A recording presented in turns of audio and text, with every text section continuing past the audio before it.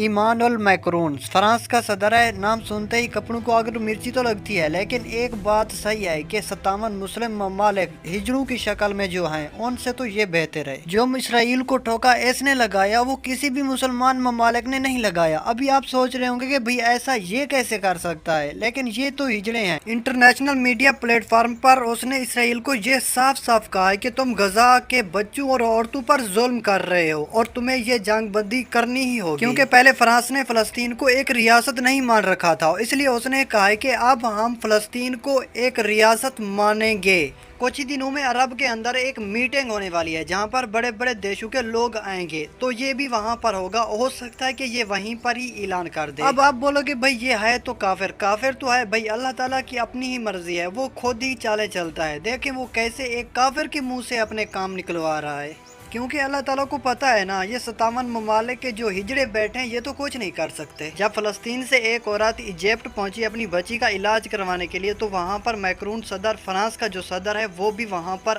دورے کے لیے آیا ہوا تھا، تو اس نے کہا کہ میں اس عورت سے ملوں گا۔ جب وہ اس عورت سے ملا تو اس عورت نے ایجپٹ کے صدر سے کہا کہ بھائی میں امید کرتی ہوں کہ تم جنگ بندی کے لیے اسرائیل پر دباؤ ڈالو گے۔ اس نے ایجپٹ کے صدر سے کہا، تو ایجپٹ کے صدر نے اشارہ کیا میکرون کی طرف کہ مجھے نہ کہو، اسے کہو۔ مسلمانوں کا جو لیڈر ہیں ان کو آپ دیکھو تو صحیح، مسلمانوں کے لیڈروں کو، کہ نہ بھائی نہ، ہماری یہاں پر کوئی نہیں چلتی، تم نہ ایسا کرو کہ یہودیوں کی طرف جاؤ، یہودیوں کی طرف ان کو کہو کہ ہمیں نہ کہو، ہمیں ڈر لگتا ہے۔